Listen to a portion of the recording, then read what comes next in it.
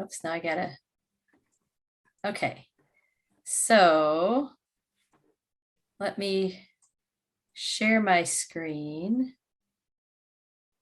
but I'm gonna have to get it off of the, get it into slideshow mode. There we go. Can you see the slides? Okay. Hello, everyone. We are the Wisconsin Sound Beginnings early intervention team. We've got our CARES team and our PRO team represented today. And it's been almost 2 years since we have been presented at this one of these professional development afternoon opportunities. And that was when we were envisioning and planning our early intervention support services. And so we're really excited to be back here today and let you know how far we've come and what's in place right now. So we will, I'm going to go to the next slide. And we'll take just a couple minutes and each of us introduce ourselves.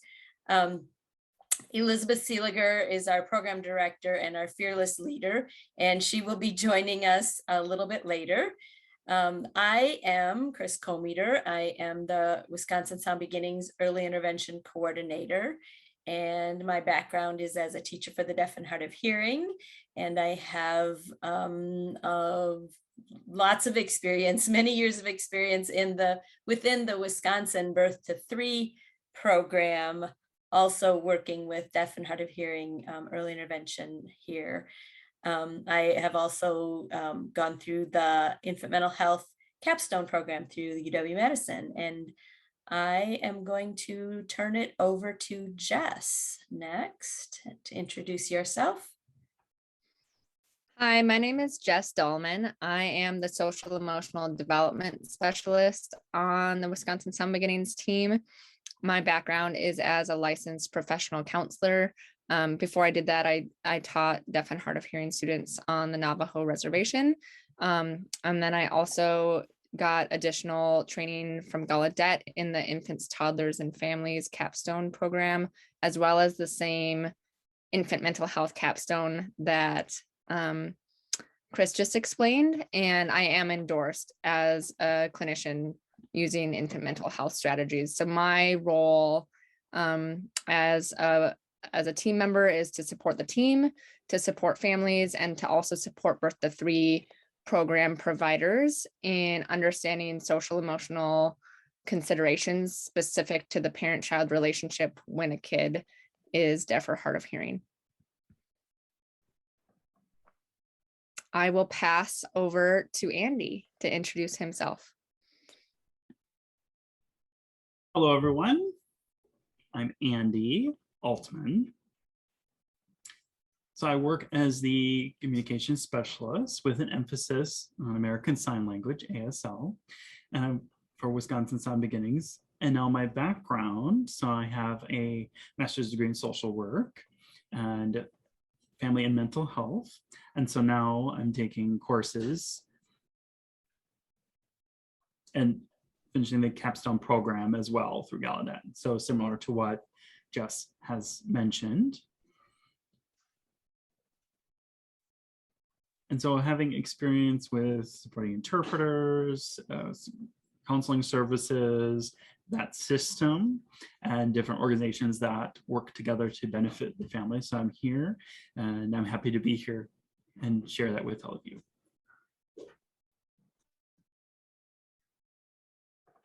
Lauren. My name is Lauren Burke.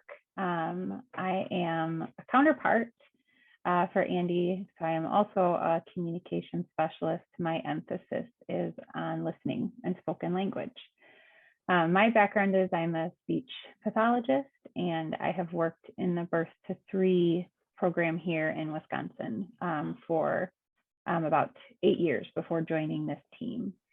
I am really experienced in working with that birth to threes coaching model. So working alongside primary providers and supporting little ones using that model has been a good use of bringing that to the team. I will pass it along to Connie next. Hi, I'm Connie Stevens. I am a parent of that little child there who's not little anymore. She's 24. And before I had my kids, I was a sociologist by training. So I've got a master's degree in sociology, and so really believe in systems and system change and system support and building community. So before I started with Sound Beginnings in 2009, I was a participant and then the director of a parent support program in Dane County area. And then I started working with Sound Beginnings in 2009. And I'll talk a little more about parents reaching out and the parent-to-parent support that we offer families. And so, yep. Thank you. So that's our team. And want to give just a little bit of, let's see, why is this not moving forward?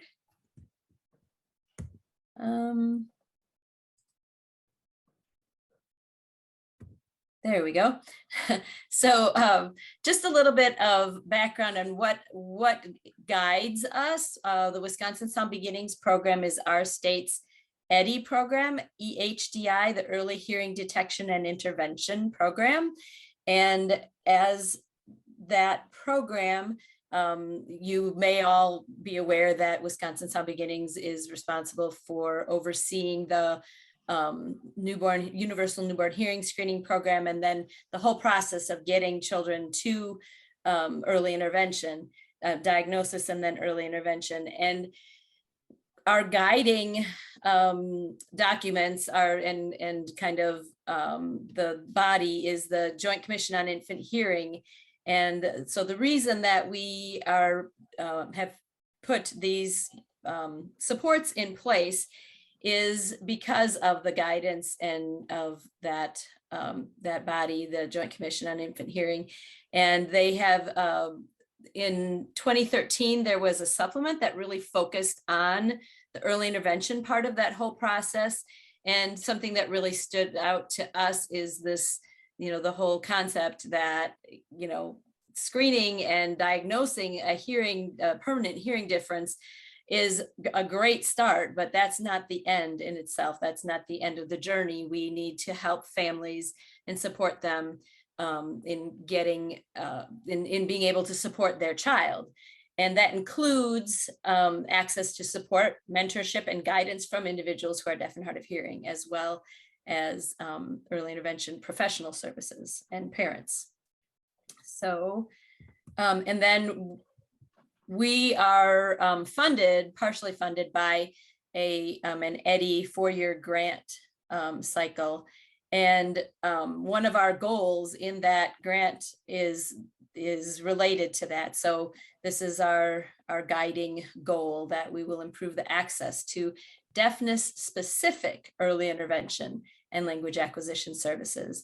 And that includes in this grant cycle, it includes increasing the accessibility of deaf and hard of hearing adult role models to families, and introducing the families to adults who have lived experience. And many of you, I believe, are, and I don't know why this is not advancing. There we go. So many of you are with the school districts, I believe, and we're not sure how familiar you are with the early intervention birth to 3 program in the state of Wisconsin. So just real quickly wanted to go over some of the considerations that we have been aware of in developing these programs.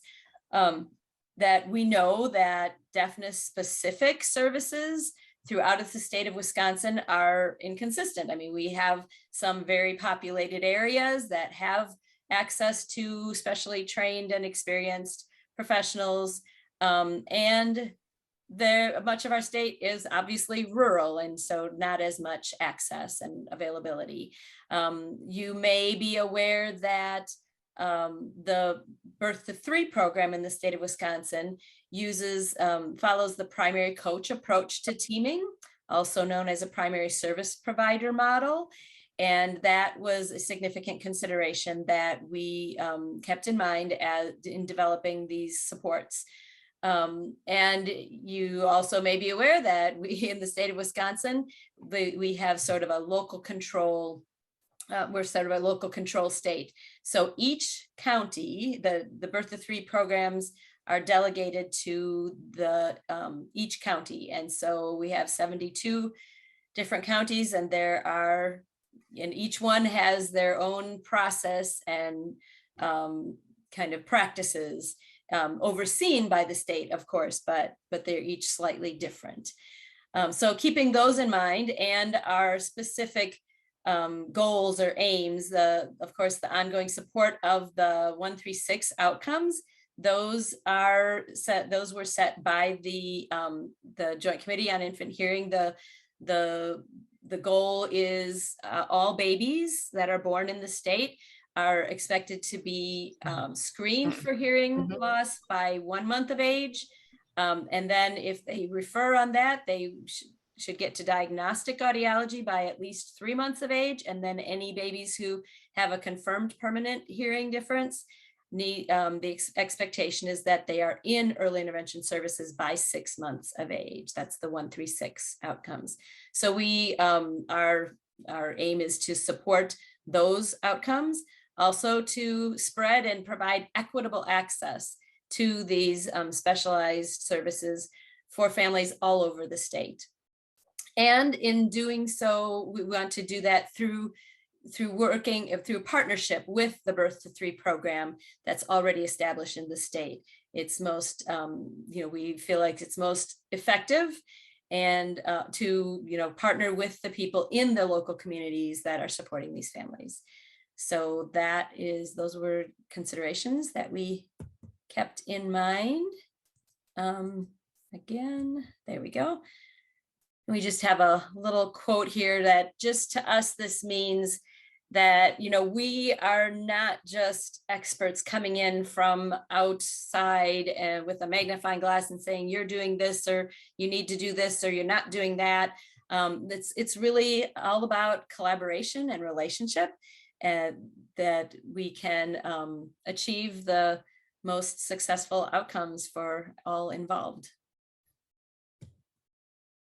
And just our rollout plan, as I said, the last time we were here presenting to you, we were just imagining all of this. And so we did start working with the Southern region counties that last year, about a year ago. And then at the beginning of this calendar year, we started rolling out to the Western and Northern region counties. And so we are now supporting those 3 regions of the state. And our expectation is that this summer, we will begin rolling out to the Northeastern region. And I'm going to turn this over to Lauren.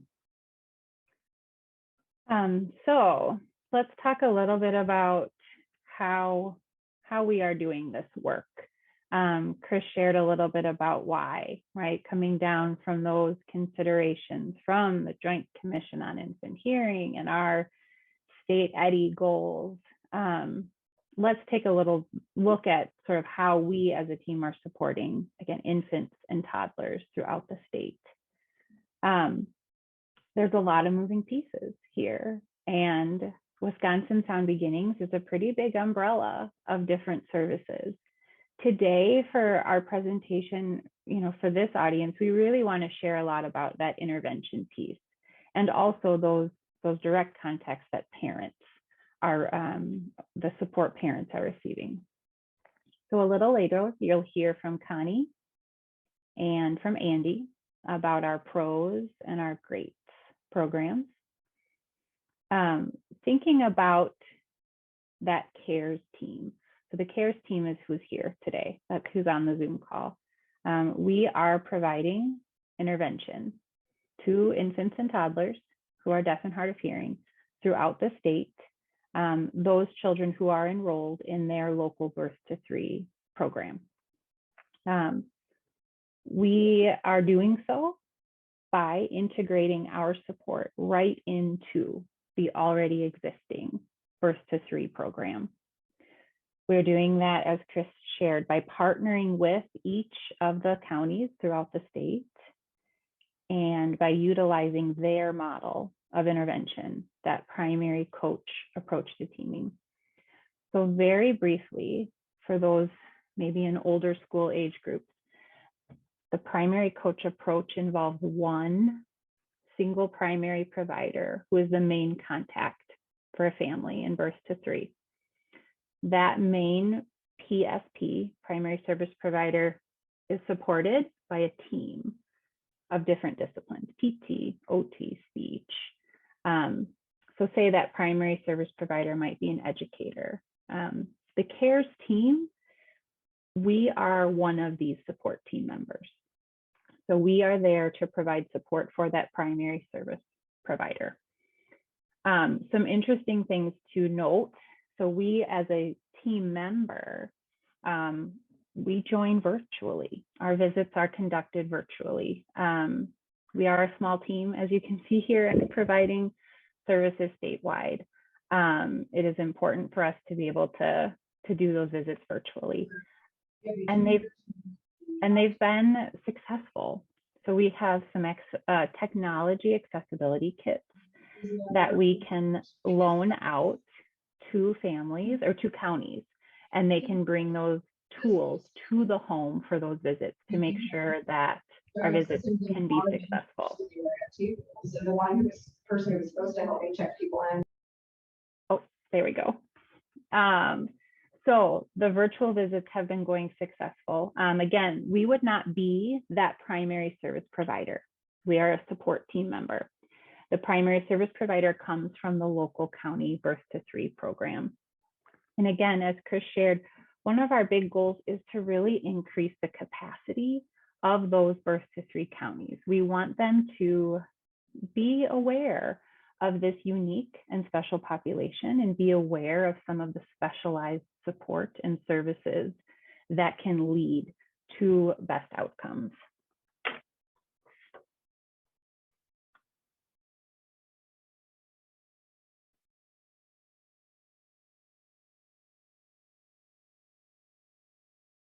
Chris, are you having a hard time moving it forward again? There we go.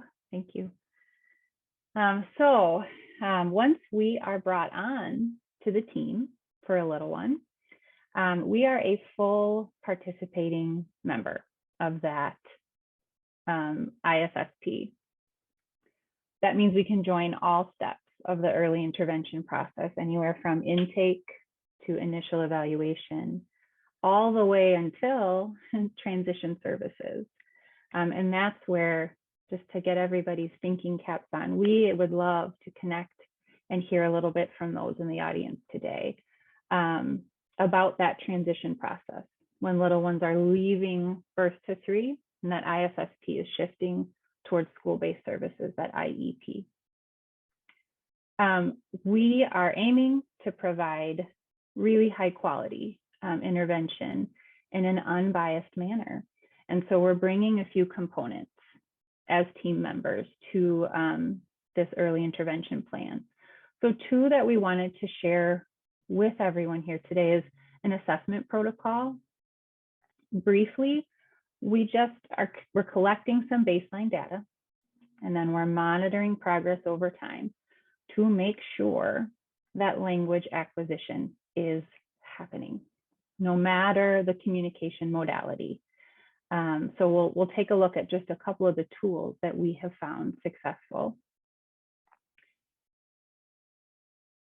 So we have a list here. I won't read through all of these, but these are some of the tools that we have found to be really beneficial.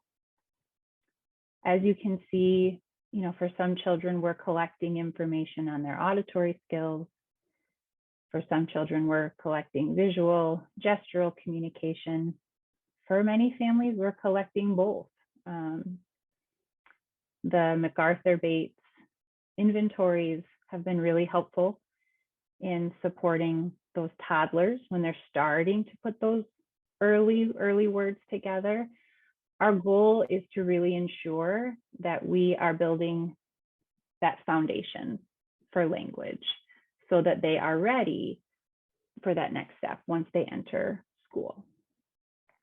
There is additional assessment tools down here at the bottom, and those are brought in when we need different types of information. Again, if anyone has questions, you can type them in the chat about any of these, or we can address them at the end too.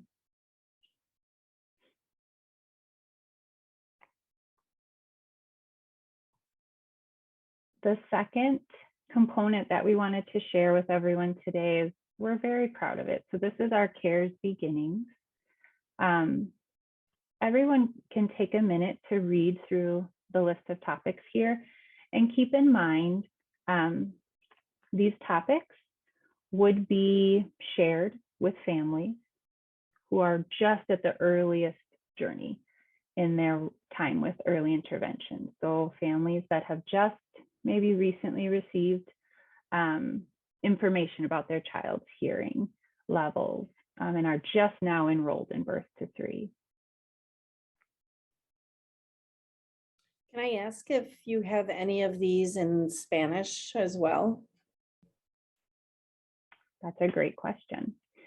So what we do, Rebecca, is we have this handout that we share with families as a checklist of sorts, and we have them read through these topics and we have them number them in terms of priority.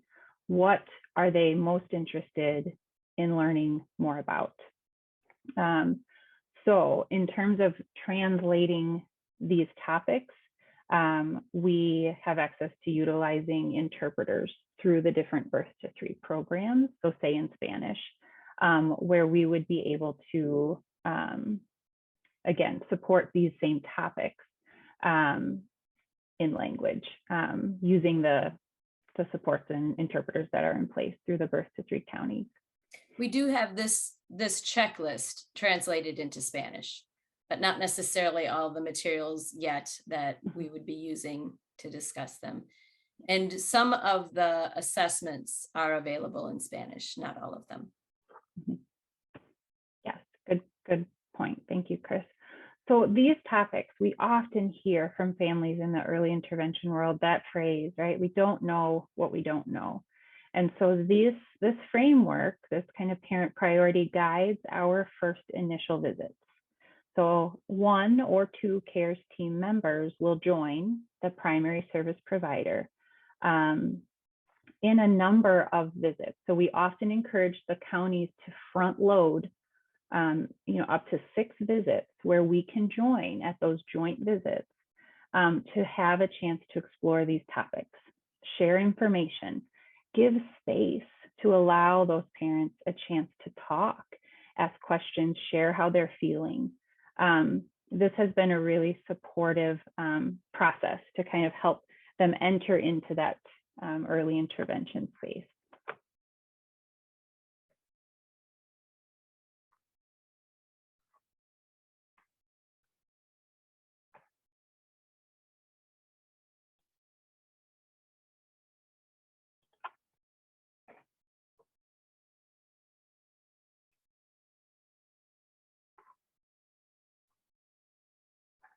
And I'll pass over to Jess, who will share a little bit more about our infant mental health focus. Thank you. So we as a team are working to integrate concepts of infant mental health into the way that we work with families, right? Infant mental health focuses on the social emotional development between parents and children, especially 0 to 3, and can extend into 0 to 5 as well, as far as the frameworks and research goes. So I am in the role of the social emotional development specialist. And what that means is that I come in with a little bit more of a clinical lens and paying attention to the relational dynamics that are at play, and work to really support families in noticing those patterns for themselves so that they have more choice in how they respond to different behaviors, how they notice the needs of their children, particularly around communication and support. One of the ways that I support the team in doing this is through a tool called the Brief Early Relational Assessment, also referred to as the BERA. And this particular tool I get really excited about because it is a video replay assessment, and it gives both our team and families and birth to 3 providers who might not feel particularly confident or competent in the unique communication or relational needs of families with deaf and hard of hearing children. It gives them the opportunity to notice the nuance, to look back without the pressure of time and see how the turn taking is going, seeing the variables that influence attention, seeing several different layers of the relationship at once.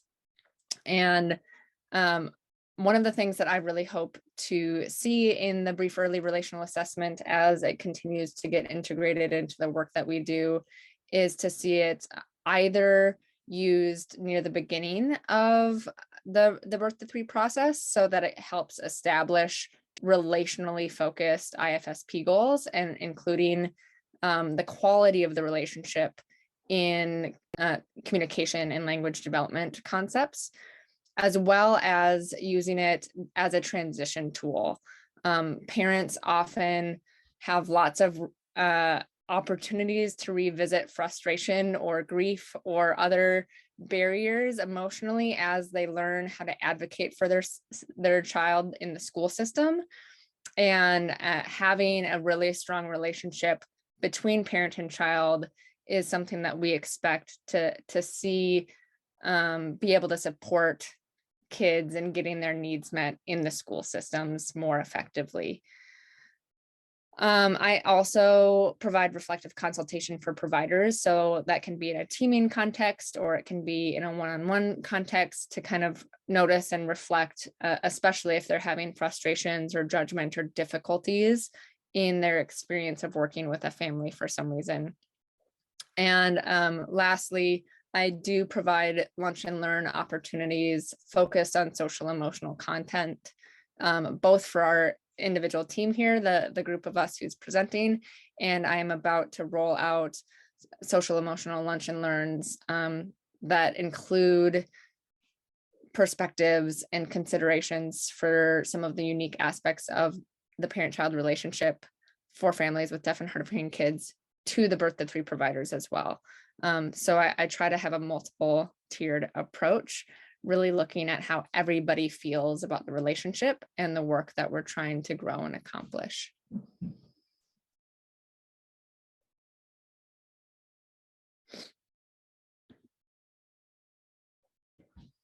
So this quote comes from one of the books that I was hoping to do a book study on, but we kind of ran out of time prioritizing other things.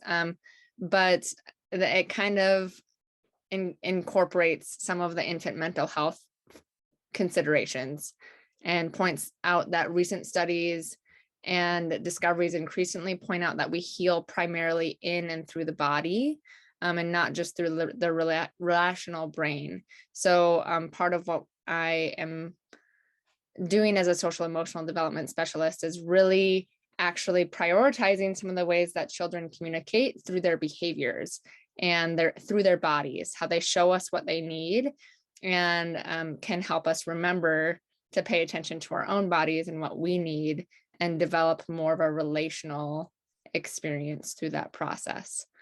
So feeling the experience with the kids, not just trying to rationalize it.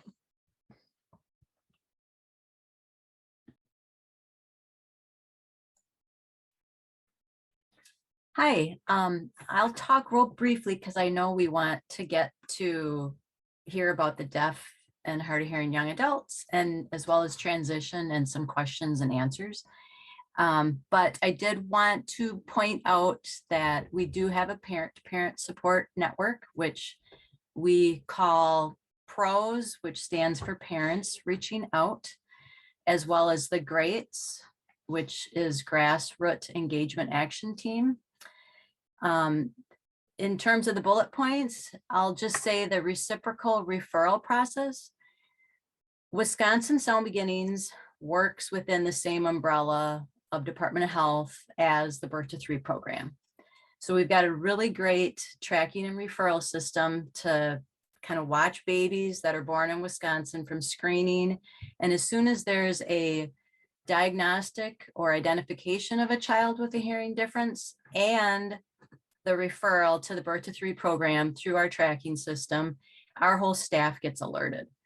And so when that happens, I send a introduction card to the families to explain that they're not alone. We have a parent-to-parent program as well as a Birth to 3 program in the state to help them. If we have any problems connecting with families, we can contact the Birth to 3 team to say, do you have a different way to connect with this family? And so that's another part of the reciprocal process. We can have that conversation. And we do receive some information back to our system when there is an IFSP that has taken place, so we can see that that connection has happened as well. And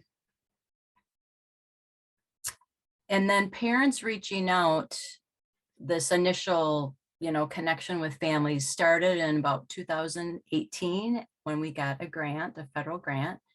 So since 2018, we've had myself, another woman that was in the western part of the state, and then a couple other mothers that were in the Northeast and then the Southeast region that were parents like myself to make these connections with families. Currently, I am the only pro, but I have this great team of 4 other moms across the state whose kids they're all under the age of 7.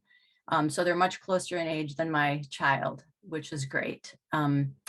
They have varying degrees and configurations of hearing differences, as well as differences in technology and sign language use. And one of them is trilingual. So she's been supporting the Spanish speaking families for the last couple months, which has been very beneficial because, as we know, sometimes there's difficulty in establishing a relationship with someone when there is an interpreter. I don't do phone FaceTime with families. Most of it is through phone calls. And then text messaging is available to me as well. And if I don't establish that reciprocal contact with the family, I do send a letter with a questionnaire that just lets them know what we can offer them. So in addition to the phone calls and the text messaging with families, we collaborate with specifically WSB, DHH Outreach, and our state chapter of Hands and Voices to offer different opportunities for families to meet each other. So this summer, we're doing a zoo day at the Milwaukee Zoo, June 4th, and then some summer gatherings across the state in July and August. I manage a email listserv for families who have consented to have their email address added. And then that's how they can find out about these events, as well as other resources that I share. And another thing that we do is called Sounding Board Tuesday, which is held the last Tuesday of every other month for families that have kids 0 to 3. It's kind of I call it a sacred or special place that families can ask those kind of early questions that aren't really questions when kids start school. Like, yeah, how do I label my child? How do I explain it to family members? you know, how did hearing aids go in the initial stages? So those are what we do with parents reaching out and with the greats. And since they've started work in 2021, they've all been trained. They get monthly support. We've held collaborated meetings with the WSB Outreach Parent Mentor Program. So they're getting to know each other and get support from each other. And they are paid for their work. And so far we've connected them with 30 families for this one-on-one connection and establishing kind of a relationship with another parent. So that's really exciting that this is working. And the other thing I do want to mention that some families do not enroll in birth to 3. So one of the key things we do in those first conversations is say the reason that we do screening is to intervene and talk about the benefits of birth to 3 and the CARES team so that they will get, you know, that specific information about deaf and hard of hearing considerations. So that's a key aspect of what we do. And it's just been a great pleasure to be able to offer this for families and to work with the CARES team about how we're supporting families. And now Andy can talk about the young adults that are part of the GREAT team.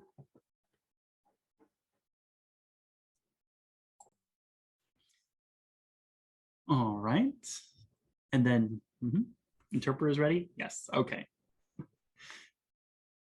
All right. Thank you, Connie. So now, like Connie mentioned, with the GREAT program, that's focused on, with the GREATS program, we have a program for young adults. And so we're working together on supporting the GREATS, the parents, and the role that we have. And so inviting young adults to share their experiences and to establish connections with families. And so those families who may be wondering what their future, what the child's future might look like, that's a really good opportunity for them to get those support services and be able to ask those questions. What will my future look like for my child? There's people who have experienced that and can explain from firsthand. And so I'm going to put it in the chat here. We have a video that was created. So it's in the chat here.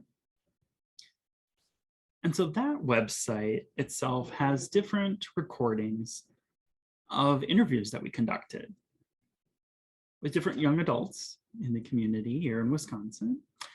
And so those videos show young adults who have different levels of hearing loss, use different technologies, use different communication modes, sign language all the way to spoken. And so and during that interview, we believe in diversity. So there's also a diverse group of young adults in there as well in those recordings. And they explain what happened in their educational experiences, their experiences as young adults, and really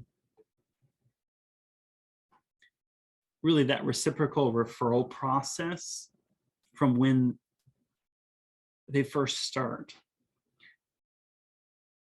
So those families, so we're working with the families, and they get that diagnosis, and we work with them, and then we refer them from there to different primary care providers and to other support services, or those primary care providers refer to us. And so that referral process, we want to make sure that the families, the staff, those primary care providers, we support each other. And we're on the same page for what we're doing, and we satisfy what the family needs, and supporting those providers and what they need to really provide adequate services for the children and to provide communication strategies that work for those families. And really providing a wholesome support, not just one-sided or professionals only, providing all of a well-rounded system of support. And that way the families get what they need and can see the big picture. And they can envision what their child's future might look like. And some find services that are helpful to them. Others find avenues what works for their child. You know, even from the experience that I've had, you know, from a deaf family. So I'm proof that deaf can become successful. So oftentimes if I'm the first person they meet as a deaf adult, so they are able to have questions answered that way. Even Connie, your daughter Tess, you know, how she's developed and really how she thrives. You have that firsthand knowledge. So we're the models for them, you know, and they're that first contact with them to really see what their child's future might look like. And so having lived those experiences, we have the ability to really connect with those families and to share what we're all about and what the potential of their child is. And we're involved in, really, we're not leading the conversation, we're supporting what they need. And so go ahead, Chris, if you want to move to the next slide.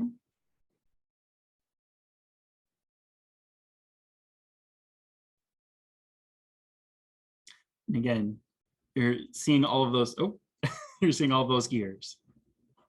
See all of those support systems fit together.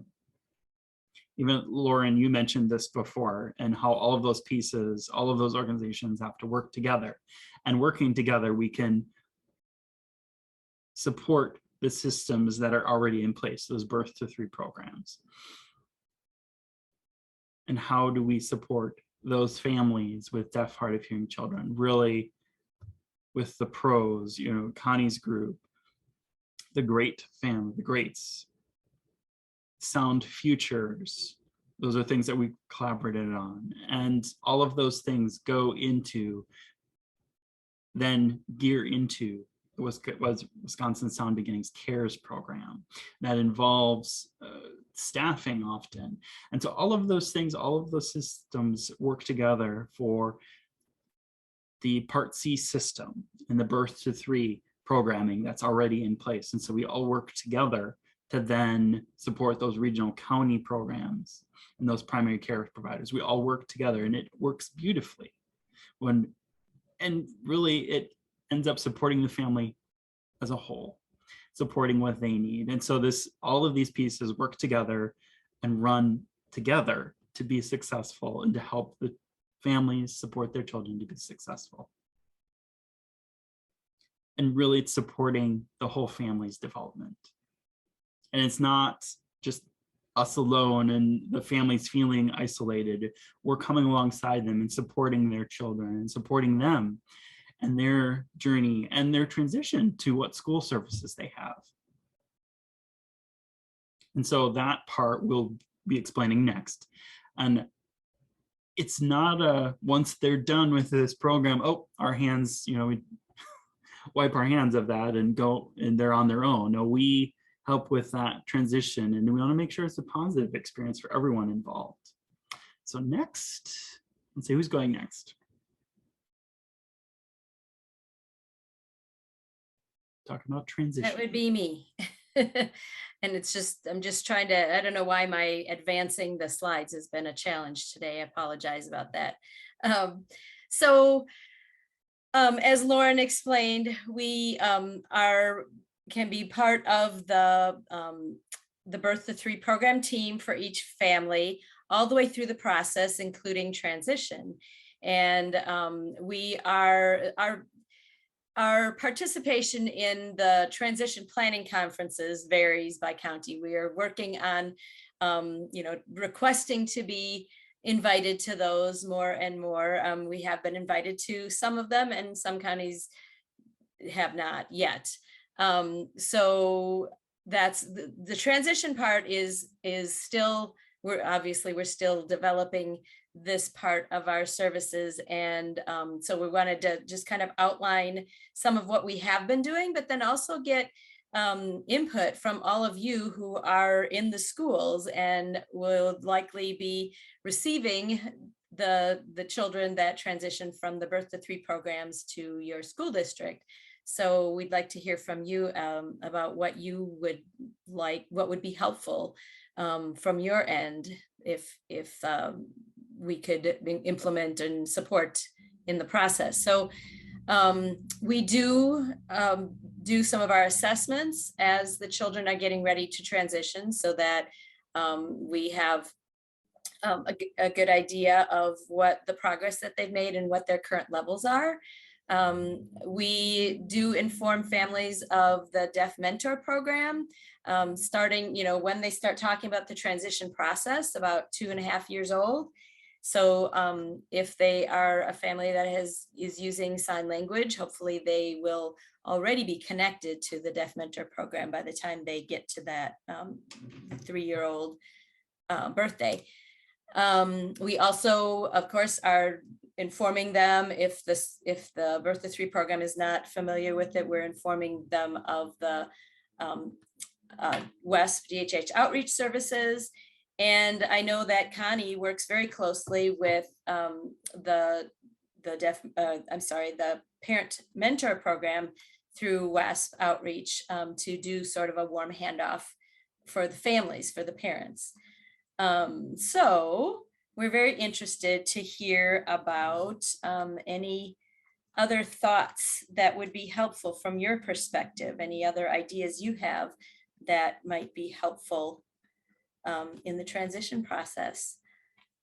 And I'm going to put my headphones on because my neighbor just decided to start mowing. So this is the joys of working from home. I'm also going to stop sharing so that we can see each other a little bit better. So Chris, this is Heidi. I want to say also thank you, because we have gotten a number of Deaf Mentor requests. So Stacy Heckendorf was previously our engagement coordinator, and so she left in February, and so I sort of have had to put on her hat, and so I get all of the new requests, and the number of them that say, oh yes, Connie Stevens gave us your contact information for the Deaf Mentor Program. We'd like to hear more about that. So I almost wonder if that is data that we should be collecting as well, if that would be helpful for Wisconsin Sound Beginnings to know how many of the families that you are working with that are at that transition age that you've said, the Deaf Mentor Program through outreach would be a resource for you, and then us being able to keep track of those numbers to share back. Because I do think it is important for us to have the outreach, the Wisconsin Sound Beginnings School District, that just is a perfect triangle when it talks about sort of a smooth transition from birth to 3 into the school system. So that's just sort of my 2 cents. Yeah, I think that would be helpful to track some of that. Yeah, this is Elizabeth. Heidi, I would love that, because we know how many people that we talk to about it, because it's everybody that we talk to, but we really don't know the impact of it unless we hear back. So that would be awesome.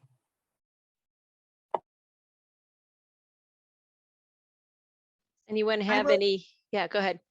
I have one other thing. So this one just popped up. I think we've had 2 of these, and I only know that one of the 2 families was connected to Wisconsin Sound Beginnings. I didn't ask about the second family. And I think what it is it's families that, especially COVID, like you look at the COVID families, and some of those didn't hardly ever have any birth to 3 services because it was going to be virtual.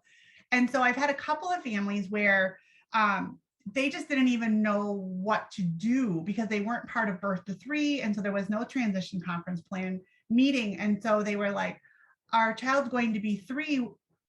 Like, what happens? Like, we're done with Wisconsin Sound Beginnings, and they weren't exactly sure. They were asking us, they were like, well, we want to go to this school district. So they didn't understand like sort of the process for asking for making a referral, asking for a request for special ed evaluation.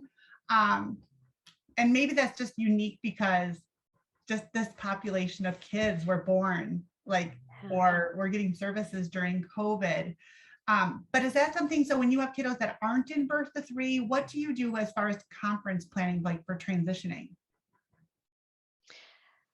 Well, that's a very good question. We have not so far, for the CARES, from the CARES perspective, have not worked with any families that are outside of the Birth to Three program. Whenever possible, we connect them with the Birth to Three program. But I know the parents reaching out it still can be connected with the families. So Connie, I'll let you talk about that. Yeah, so for all the families that have consented, that said, yes, I want you to call me again.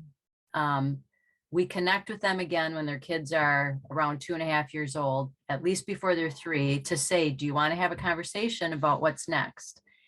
And for all those families, whether we talk to them or not, we do send them a letter that just says, Wisconsin Sound Beginnings is ending when your child turns age 3. We really recommend that you connect with WSB. They have an email listserv. They have parent mentors. They have the deaf mentor. They have consultants. And then some of the other resources that are on there is Hands and Voices, because they have great resources as well. And then the regional centers for children with special health care needs, and parent to parent for those kids that have other medical issues that they're not feeling like they're getting that connection with our parents. And I am adding facets to that letter as well. But, you know, there's so many nuances that to send more than that, it's difficult. So we haven't done that yet, but we'd be happy to, if we get feedback about, you know, 1 or 2 forms that I could send in that letter. Yeah. All of those resources are great. And I completely understand at what point is it information overload, because it's the same on the outreach side of things. But it makes me sort of in the back of my head wonder if, like if you're referring people to WSB, like we could have a section that says, does your child have an IEP? You know, have you made a referral to special education for any of those? So most of the families know that, you know, once they go through the transition, but for the handful that maybe don't, it could be a useful resource even on, you know, our website. Yes. But you don't want to hear from me. You want to hear from the school districts that are getting some of those kiddos that have gone through Sound Beginnings too. But I appreciate having all of you here in one space to ask the questions. I came late. This is Elizabeth. So sorry about that. My question is anything stated or talked about with parents about, you know, like what is an IEP or what is included in an IEP? Because that can be really overwhelming, all those pieces. I was just wondering if that might be something. I know that it's information overload, but it's pretty darn overload if you're at your first IEP and you know, you've got all these people and all this technical information that people are throwing at parents. Yes, and it's very different from the IFSP process that they've been through. So as we said, we are the supports.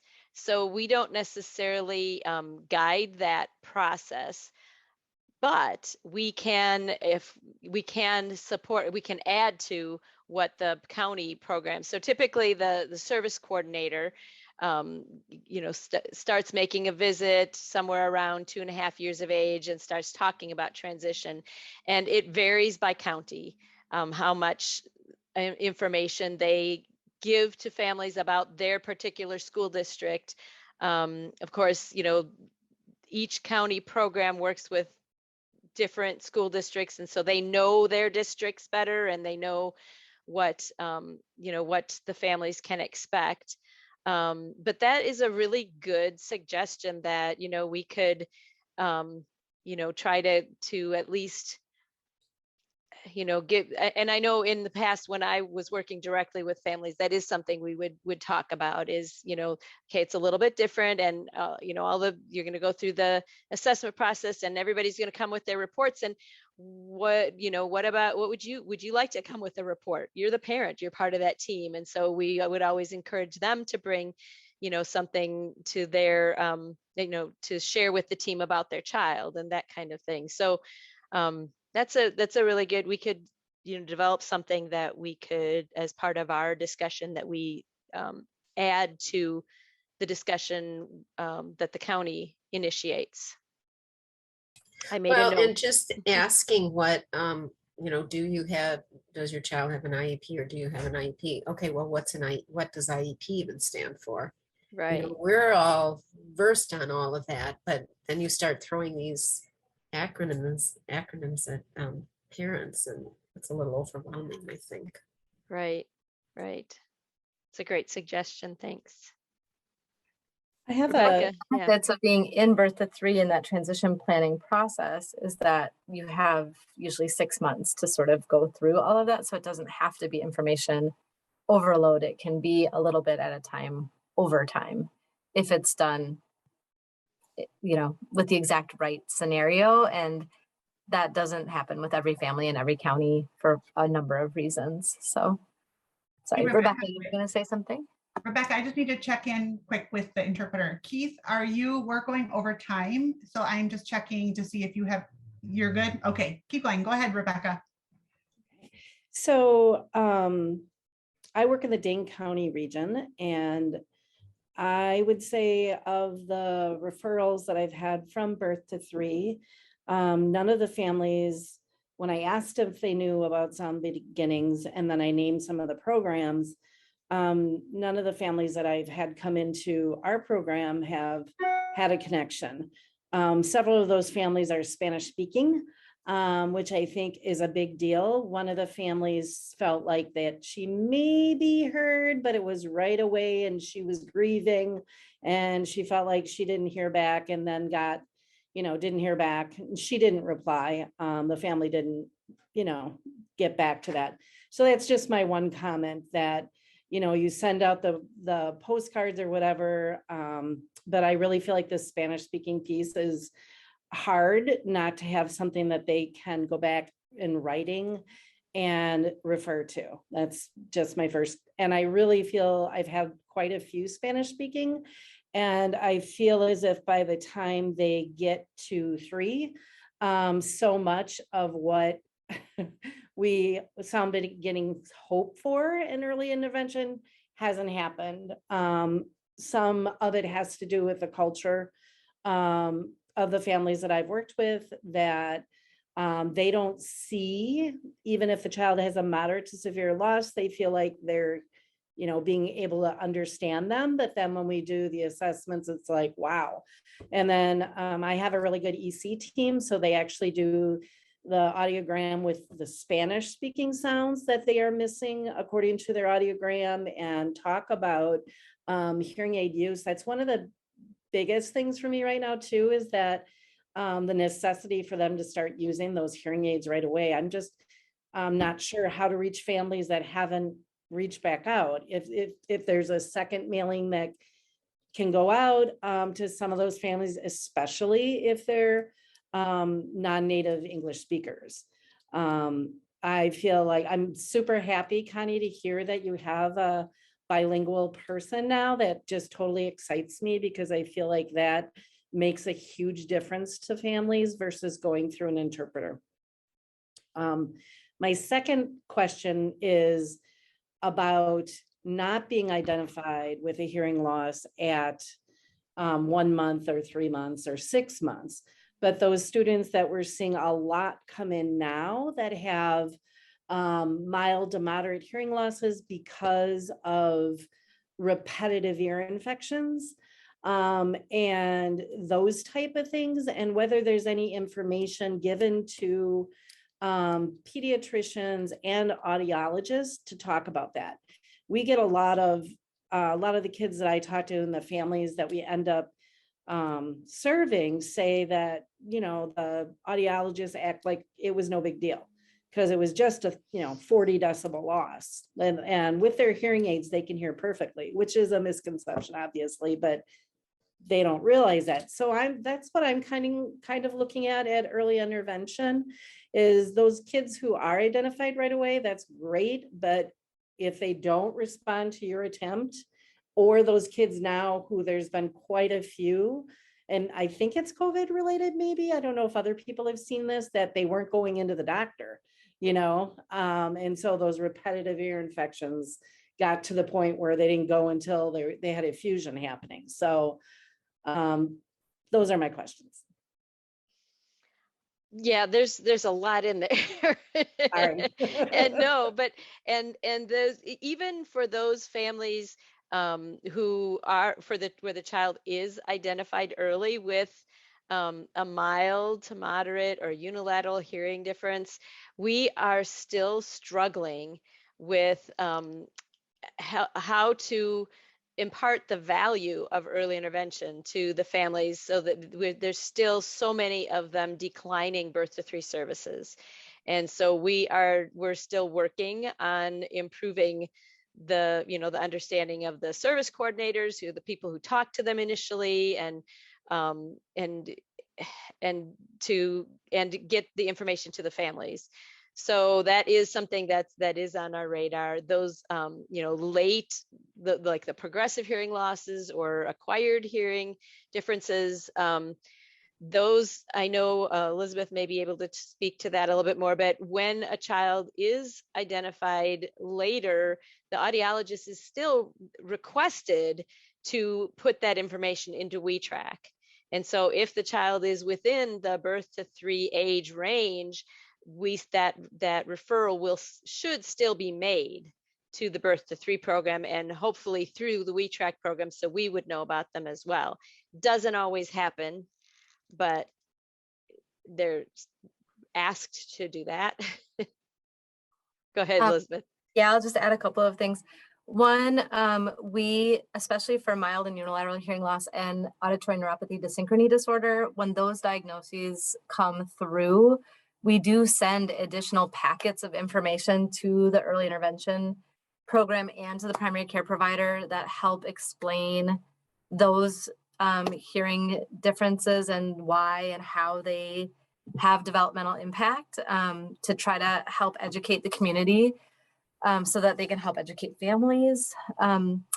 And we also had learned that if the cares person is in the initial intake call with families, that they can really speak to the value of early intervention, like immediate early intervention. But sometimes we're not even, like, sometimes parents are declining before that step in the process even takes place. And so then when we did our initial meet and greets with every county, we actually asked them, what is your process for reaching back out to families if they decline services, or what do you, like, how do you leave that door open? What is your process? And so we are actively working to help educate the early intervention programs as well about the value of early intervention, immediate early intervention. And so it's a process. I think it is going to improve over time, but we're still working on that. Yeah. There was a question for you in the chat, if you could share that information, like especially for the unilateral losses. Yeah.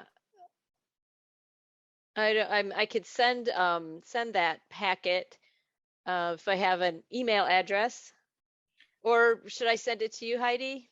Yeah, you can send it to me, Chris. And the question came from Jennifer Sartori, so I can always send it to her. So yeah, our early childhood coordinator I've given her pamphlets about the impact of fluctuating hearing loss on students' educational language that type of thing. So there's a lot of good information out there. You just have to search for it. And now our coordinator is now asking that question as well about fluctuating hearing losses. And just because we've caught so many, like in kindergarten, first grade, versus even in our early childhood intake. So it's been a really interesting, one of the checklists that you have is one that I gave to the coordinator. Yeah, and I was going to say, we do tell audiologists that if a child has unresolved transient conductive hearing loss for greater than 3 months and the family is not pursuing treatment. So they're not really pursuing a medical treatment or tubes in the ears or that sort of thing, that they can refer to the early intervention program and they can be found qualified because, for early intervention services, it's not the automatic Right. eligibility as a permanent sensory neural or permanent conductive hearing loss. But we do encourage them to be monitoring that. And if there's no sort of medical intervention that's being pursued, to then make that referral. So there really isn't any barriers to doing that. It's just, I think it's just still not in the minds of, or in the procedures of practitioners. And a lot of pediatricians will just say it's like not a big deal. So. Yeah, and this is Heidi, and I would say, Rebecca, I think you were part of the conversation when we were talking about how sometimes these unilateral hearing losses or these chronic recurring ear infections don't pop up. Like it's not even on the radar of the teacher for the deaf and hard of hearing until the student is older and all of a sudden is being referred for learning disabilities or is being referred to something else. And then that's where it's popping up that, oh my gosh, like this kiddo had history of chronic recurring ear infection and nobody had said anything until 5th grade. So there's definitely gaps in there. It's sort of, I think that that who do I want to say, like school psychologists or whoever it is that does some of that intake paperwork doesn't know to look for that stuff or doesn't understand that there is the potential impact of that. One other thing I would say about that is when Jess was talking about the BERA and some of the social emotional outcomes, I think one of the problems is that the developmental progress that's most closely being tracked is spoken English in kids who have unilateral hearing differences. And what is often the most delayed or the earliest to be delayed are the social emotional development components or even the relational components, the frustration, the tantrums, the sort of those behavioral pieces. And so I really am hopeful that some of the BERA work and the social emotional development work that Jess is doing with families is going to help keep that sort of in the front and center as they transition as well. And I do have one other question for Jess about the BERA. If our district is using the brief, is that a sub-assessment of the brief or is it, I'm not sure. Okay, it's completely different. It just shares similar. Yeah, it's completely different. The brief early relational assessment is actually a condensed version of the longer video replay assessment known as the parent-child early relational assessment. And it's a video replay tool targeting kids 0 to 5. So it's there might be some different versions that are for older kids that you might be familiar with, but this is really an early childhood tool.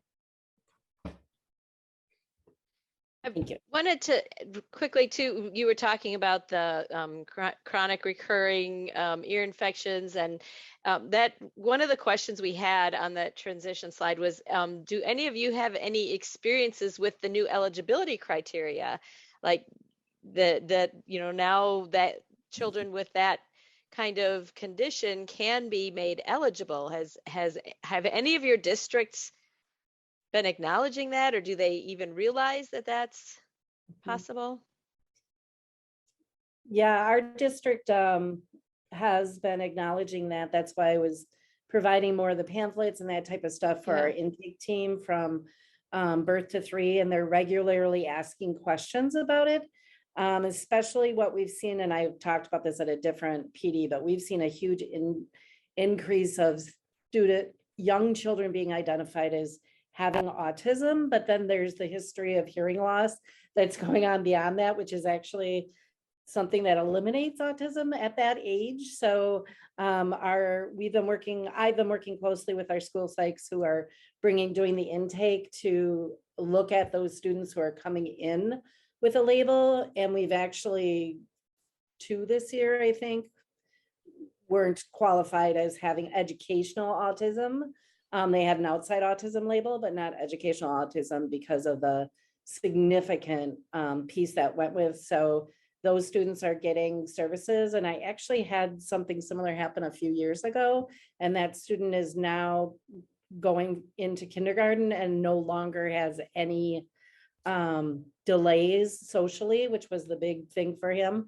And his language has just taken off. And the parent was like, so grateful at our transition meeting that she didn't follow the advice of the outside autism agency. They wanted to put him in a day school and give 100% support. And she's like, it's just such an amazing difference in 2 years with the right supports and the right diagnosis to see the growth. And he'll probably be dismissed in kindergarten just because we were able to make that those increases significantly. So I have had experience with the new eligibility criteria, and I think it's been really beneficial. And I feel like it's going to open the door for more of that type of thing where we get them in, we get them young, and then they're able to, you know, make the difference, make the growth needed to then, you know, go to either 504 if they have amplification or be dismissed completely. Elizabeth, have you done some eligibility stuff at 3? You're not talking to me, Elizabeth, are you? No, Elizabeth Hassey, sorry. Okay. You're muted, Elizabeth. Yes, but it was with a student who's completely deaf, so there was not, there were no issues regarding that. And then I see in the chat that Diane, you mentioned the auditory neuropathy and the central auditory processing disorder. And so one of the things that Stacy and I talked about prior to her divorcing me, prior to her leaving outreach, was how we need to incorporate the auditory skills development. So when we talk about detecting sound, we have to go all the way back to, is there auditory awareness, auditory discrimination, auditory identification, that it's not just whether or not you hear or don't hear. It's not that black or white. And as long as you have that evidence and supporting documentation to put into your IEP or your evaluation, that's what you need in order to be able to identify meeting the eligibility criteria for deaf and hard of hearing under CAPD or auditory neuropathy. If indeed, now we go round and round about CAPD because it may or may not fall under deaf and hard of hearing. It's really identifying the needs that the student displays and then identifying which disability category they meet based on those needs. So it's a little more complex, but there is a way to identify those kiddos. Not in the 0 to 3 world though, so we'll leave those to you. Well, this has been a great chat. I hate to break up the party, but it is 4:50 and we've kept Keith far longer than he had on his calendar, which we appreciate, Keith, very much. This is kind of a complex discussion, and but it shows the need. So I sort of almost wonder if we shouldn't facilitate something like this a little bit more frequently so that people get an understanding, just even check-ins, with Wisconsin Sound Beginnings to sort of figure out how do we continue to interface and support their school districts, because they're the ones that are ultimately getting these students. Every now and again, they pass through outreach, but they go straight from Wisconsin Sound Beginnings to the school system. And I think it would be helpful for Wisconsin Sound Beginning to see sort of where are we hitting hiccups, like either transitioning into school or the number of kids that are entering school that have never even touched upon or heard about or anyway interfaced with Wisconsin Sound Beginning. So I think this conversation needs to continue for sure. I appreciate everybody coming today. We did record this. We do have to make it accessible, and then we'll post it to our YouTube account. We can share it with you also, Elizabeth, if you want to post it onto your Wisconsin Sound Beginnings website. So I am going to close it. Thank you again